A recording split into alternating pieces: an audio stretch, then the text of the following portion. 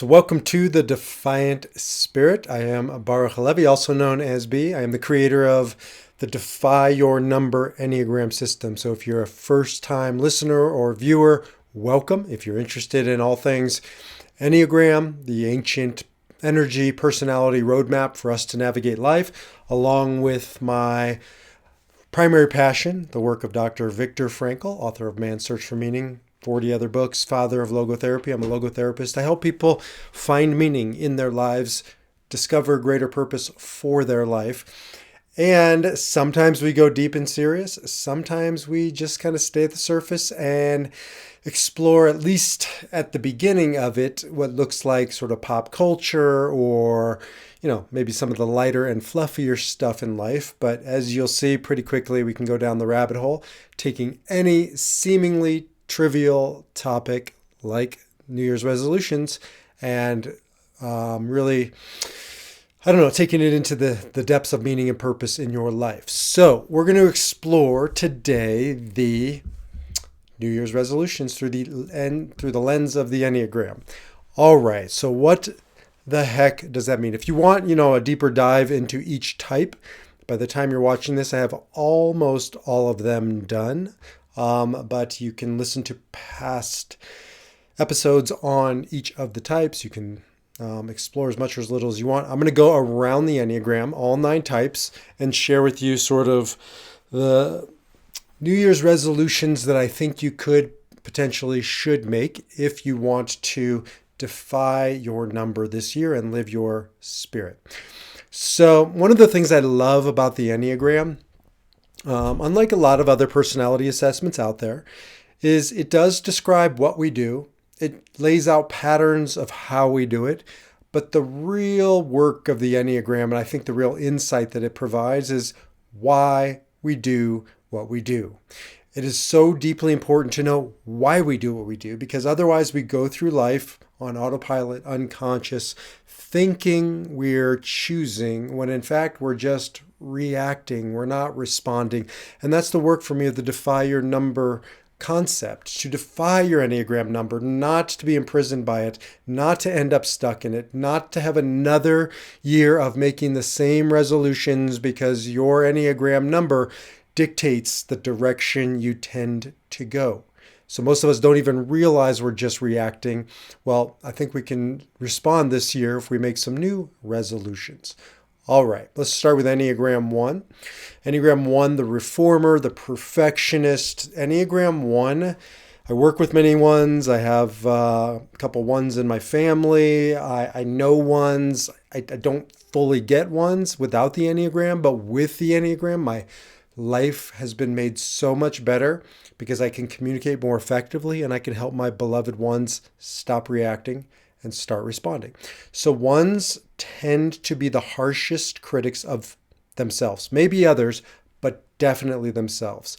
And what I see with ones over and over is they are trying to perfect the imperfectible. Is that a word? It is not possible to perfect yourself if you are a human being because we are fatally flawed. None of us, not a single one of us, is without blemish, is without imperfections. So ones will spend their lives, if they're not conscious, holding themselves up against an impossible measuring stick called perfection. I see ones grow tremendously when they embrace the suck of life, the mess of life. I call it the holy chaos of living.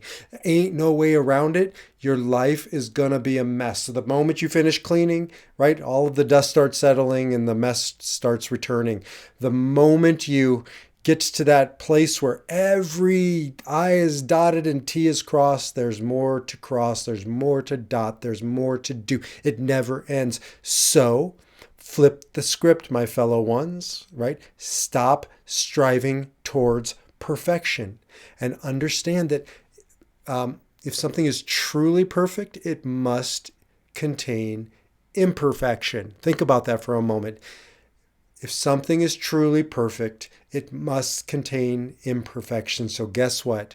That imperfection that you're trying to fix in everyone and everything, especially yourselves, is actually undoing your ultimate goal, which is to live a life of being, I would say, perfectly imperfect, doing the best you can with what you have, where you are, and then letting go, sitting in the mess, and enjoying, right, the holy chaos. That's my advice to you, my beloved ones, this year. Set your New Year's resolutions around being in the holy chaos, embracing the mess, and saying, living, and doing whatever you set as goals, that you are perfectly imperfect. Set yourself up for that kind of success. Okay, twos. Now, twos, brace yourself. Twos are the helpers. Twos are the lovers. Two are the nurturers. Two are also some of the most sensitive Enneagram types. So don't hear this as a critique. Hear it as a big warm hug from me to you this New Year's. Twos, you all know what you grapple with. I'm going to share with our listeners what is going on inside of you, and that is the need to be in relationship, the deep, profound desire, the ache at a soul level to be connected to other human beings, to see, to truly see, and to be seen. My teacher, Wayne Dyer, calls that intimacy, into me see, to see me. Well, if you have a two in your life, then you know what that's like. Right? Twos know how to see you. They know how to take care of you. They know how to tend to you. They know how to respond to you. They just don't always know how to respond to themselves, to take care of themselves, to get their own needs met. I work with so many twos, and our work revolves around know your needs. N-O, K-N-O-O, yes, and N-O, meaning say no to others so that you can get your needs met. No is the most powerful word. It's a sentence, by the way, just no, right, period, is the most powerful sentence for an Enneagram 2. And listen up, Enneagram 9s, the peacemakers, you guys can benefit from this too, to just simply say no, to say it lovingly, to say it from a place of liberation, right? To say it from a place not of apologetics, not no, I'm sorry, or I'm sorry, no, or no, comma, but, da, da, da, da, da. Just learn how to say to all those requests, to all of those invitations that aren't yours to accept, just lovingly say no. Now let's flip your script this New Year's. Let's get back to you. Let's get back to KNO, knowing your needs, to tending to your needs, to asking others to fulfill your needs, to be transparent this year, this new year, and transparent with your intentions, with your desires, with what you need. So instead of giving to get, which is not always conscious, just request what you need. You know, so-and-so, I would really love X, Y, Z. And that can be a pathway to liberation. You are lovable. You are so lovable. Everybody around you knows that, but sometimes you don't know it. You don't need to give anybody anything to be loved. You don't need to do anything for anybody to be loved. You don't need to do anything other than to know and to know your needs. Okay, Enneagram 3s, the achievers. So this year, this is going to be very hard, my beloved 3s. This year, you are going to plan to fail. You're going to underachieve. I want you to be underachievers, to overpromise and underdeliver. I could feel 3s right now going, okay, don't even overpromise. Just don't promise, but just underdeliver. Probably, you know this is true, that your under delivery is most people's over delivery. We're not worried about you running the rat race. You're going to run it. The problem is, as Lily Tomlin said, even if you win the rat race, you're still a rat. So this year we're going to stop being a rat. We're going to be that tortoise in the picture, the tortoise in the hair. Going to slowly cross the finish line. A lot less finish lines this year, a lot less goals, a lot less achieving, because underneath it, you know where that's coming from. We all know where it's coming from. We all have that sort of motivation to be appreciated for what we do. The challenge is that 3s, this escalates to the top of your to-do list and your New Year's resolutions to achieve more, to do more, because underneath it, you know that it's coming from a place of, if I achieve more, then I'll be successful. If I do more, then I'll be appreciated. And the only way you're going to find it this year or any year is to find it from within, to know where it's coming from, and to know that the only way for you to feel like a success, to feel like you've achieved, is to say, I am enough. Don't have to do anything more. No more trophies, no more accolades. You just have to accept it finally and fully. And we give you permission to underachieve, and don't set any New Year's goals this year. All right, Enneagram 4s, my beloved 4s, my wife the 4, my friends, my son the 4. I have lots of 4s. I won't pretend to understand you. Nobody can understand you. You are unique. You are original. You are special. We all know that. The challenge is you don't always know that. 4s live their lives perennially thinking they're missing something. 1s will think that, they walk into a room and they'll think that something's incomplete. So they're looking for perfection. 4s will walk into that room and think to themselves, or more importantly, feel to themselves, I'm missing something. Something's got to be here to satiate my void at the center, the pit of my being. So this year you have an opportunity to, like your neighbor, the 3, they need to say, I am enough. You need to say, I have enough.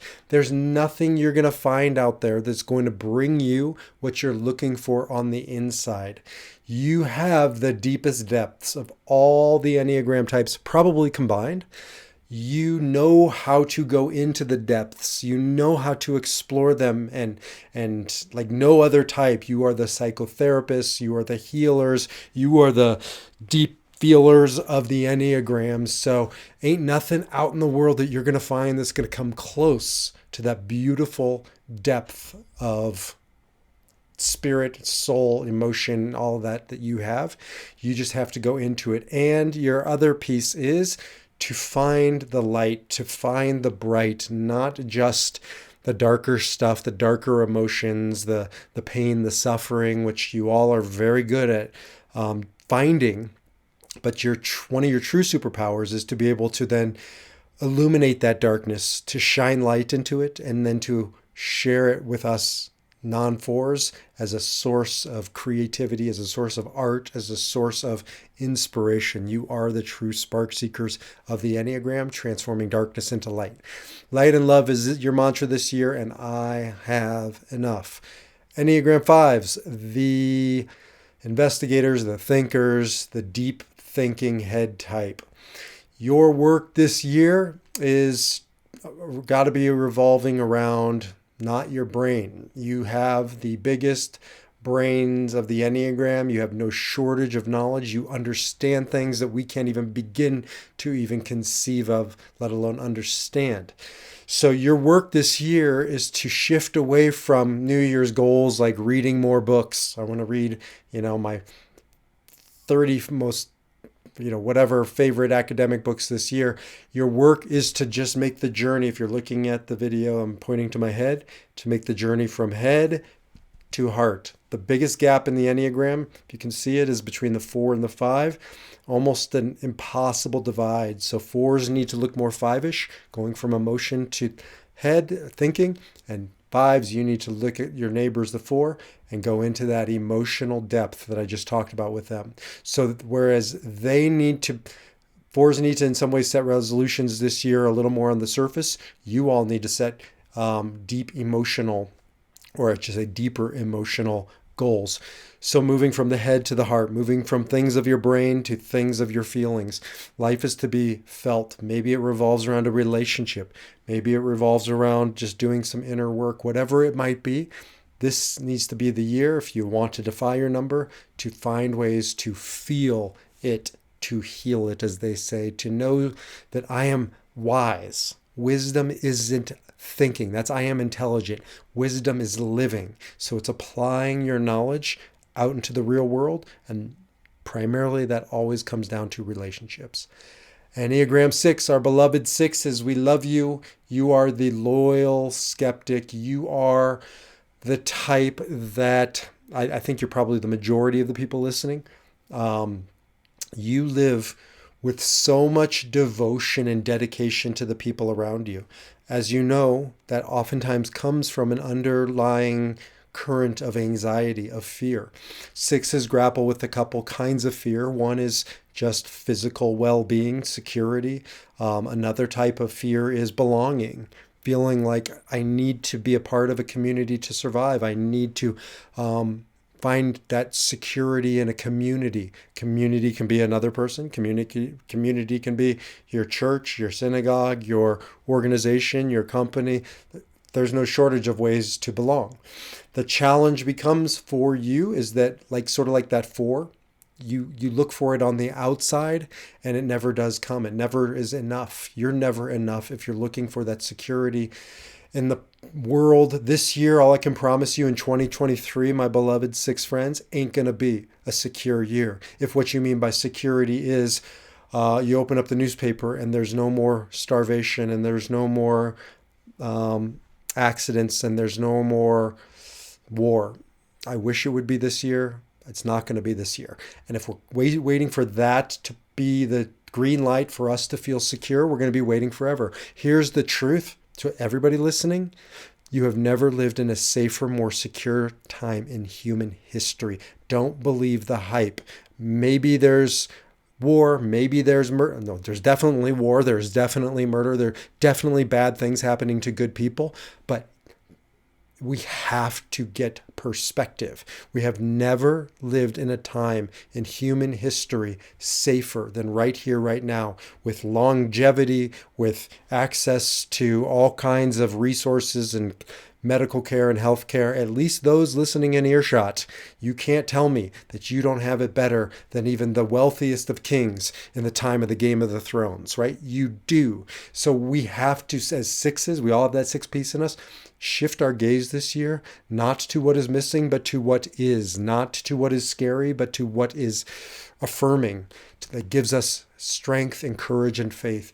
Sixes, you all have the most fear, but you also have the most courage when you choose to access that courage, to live from a place of not getting rid of the fears. You ain't going to get rid of them this year. To feel the fear and do it anyways, then you inspire us to leap like this kid in the picture that you can see in front of you across the Great Divide. So into the unknown this year for you sixes, make up your mind to set goals around conquering your fears, if not getting rid of them, then harnessing them to use them and not be used by them. So whatever goals you set should be around defying your fears and living your courage. I am courageous as a six. Okay. Enneagram 7, you're my favorite to pick on because you can take it.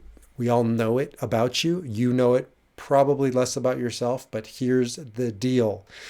You can run fast. You can think faster than anybody. You can move. You can jump from branch to branch, tree to tree. That's why the Buddhists call you the monkey mind, because you're jumping so much. The challenge becomes you're jumping so much. You're doing so many things. You want to experience it all. You want to know it all, to experience it all, to have fun, to and motivate others, to live a life of joy and enthusiasm, and that is all good. The problem is this: sometimes, if not most of the time, you move so fast that you haven't even digested your meal before you're off to the next one, or you haven't finished your vacation before you're planning another, or you're trying to change your partner. For some of you listening, as opposed to going deeper, you try to go wider. Stop where you stand, my fellow sevens. Stop where you stand and look at the ground beneath your feet. Probably you're standing, as my teacher Earl Nightingale used to tell the tale, quoting, I forgot the guy who originally taught it, but Acres of Diamonds, Gordon Conwell. And so you're probably standing on acres of diamonds. So before you go looking for acres of diamonds in somebody else's, backyard, dig where you are, find them beneath your feet. Take responsibility for your life. Those details, those obligations, those responsibilities are your pathway to true freedom. You will never find it out in the world. You'll never find it in the future. You ain't going to find the future. None of us are. All you're going to do is just keep moving forward now, now, now, now. And that will take you whatever that future thing is, but you're only going to get there by being here now. So this year, your New Year's resolutions have to be mundane, boring, adult-like responsibilities and obligations and duties, and then the other piece of it is the being present to what is, paying attention to what you have, enjoying, right, your life as it is, and that's your superpower. You have the deepest access to joy and the greatest ability to share it. So share us joy from a place of depth, responsibility, and being real. You Enneagram 8s, this is my type that I react as and respond as. I'm just speaking probably from a place of hypocrisy because I'm probably not going to do it. I'm just being honest. I just need to aspire to do it. I need you all to hold me accountable. So if you're listening, check in on me. I'll check in on you. Slow it down. 8's drug of choice is intensity. It's called lust. I'd like to think I'm a little more sexually sophisticated than I was 30 years ago. And I can harness the lust, but I can't harness the intensity always.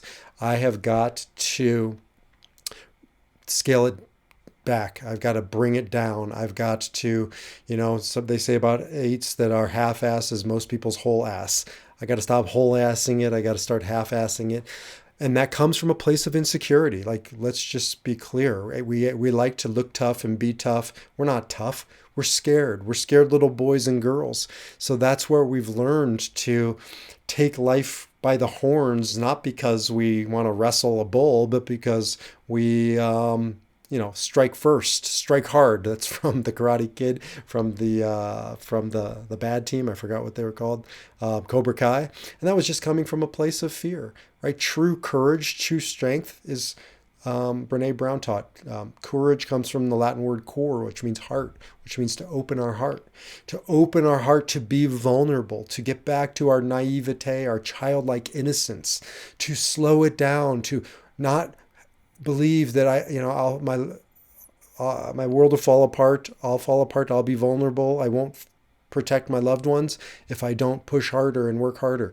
Work smarter, not harder, 8s. I keep trying to teach myself that lesson, and I keep stumbling, faltering, but I'll pick myself back up again. I will not fail, and neither will you. So we're going to spend this year being kinder, being calmer, slowing it down, being a little more like that three-toed sloth in the picture.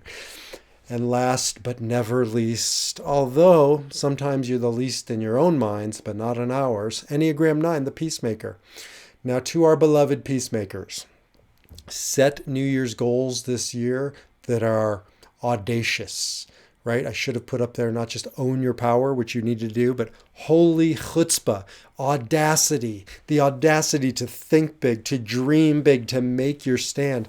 Peacemakers, you bring so much peace and harmony to the world, but oftentimes at the expense of your own inner conflict. You don't want to create conflict out in the world, so you'll say yes like the 2s, but in the process, you're saying no to yourself.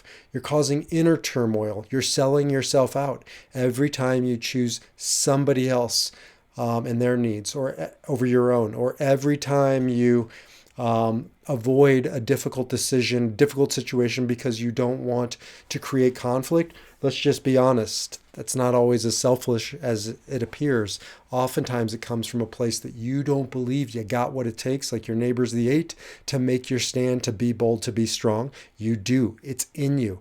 I have seen 9s rise up and become the most formidable forces of the Enneagram.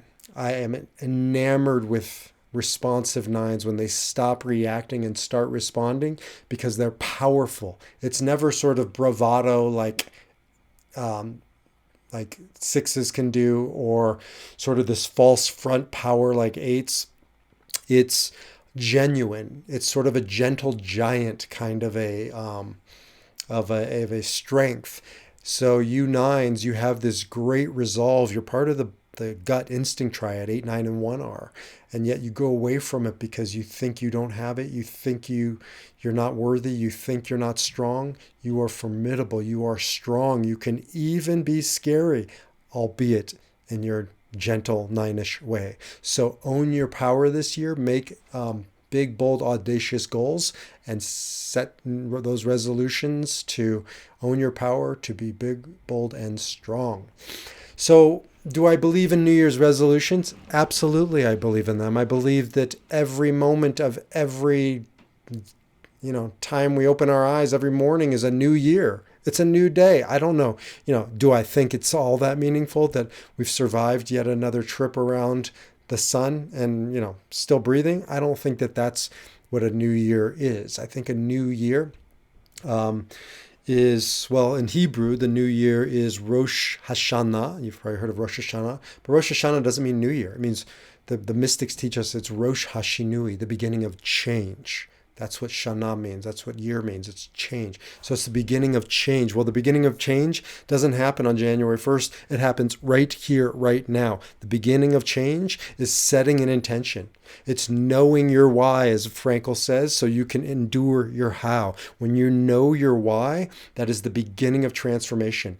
Otherwise, it just happens willy-nilly. It just happens by circumstance. But the work that we're talking about with Defy Your Number is not living according to circumstance. You control nothing out in that world. You control nothing that happens this year, except, as Frankl says, your response to your circumstance. That is your power. That's your only power. So as we go into this year of change and transformation, think about what is yours and yours alone to own. And that is your ability to stop reacting and start responding. And that means you have to know who you are. You have to know why you do what you do. You have to take back your power. And that's why I talk about defying your Enneagram type.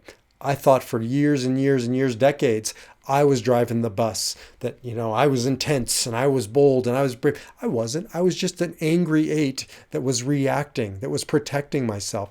Now I can choose to be a peaceful sloth. Whoever thought that would be my goal? But if you're an 8 out there, you know exactly how defiant of an act that is. It's as defiant for a 9 to become big, bold, and brave. We can do this work, but we need a roadmap. Here's your roadmap. This is a taste of it. I now have programs for you. I have videos that go with those programs. I have ebooks that go with those programs. I have workbooks that go with that program. And I'm here to go with you along the journey of your program this year and every year as you defy your number and you live your spirit. I hope you have a meaningful new year, and every day feels like a new year, the beginning of change as we all defy our number and live our big, beautiful spirit.